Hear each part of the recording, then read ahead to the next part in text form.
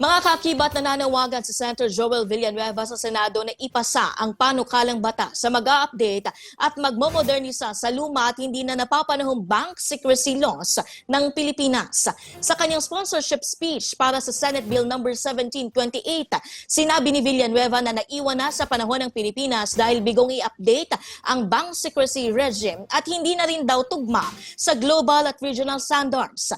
Kaya naman sa ilalim ng proposed Banking Reform for Integrity, Good Governance, Honesty and Transparency o BRIGHT Act, papayagan ang pagbubukas at pagsusuri ng bank deposit sa malinaw na itinakdang mga kondisyon at lehitimong layunin. Kabilang po dito ang mga investigasyon ng Office of the Ombudsman, mga pagdinig ng Kongreso in aid of legislation, mga kasong may kaugnayan sa anti-graft and anti-corruption laws, monitoring ng Bangko Sentral ng Pilipinas at mga lehitimong inquiry ng mga financial regulators at tax authorities. The BRIGHT Act is not merely a compliance measure, Mr. President.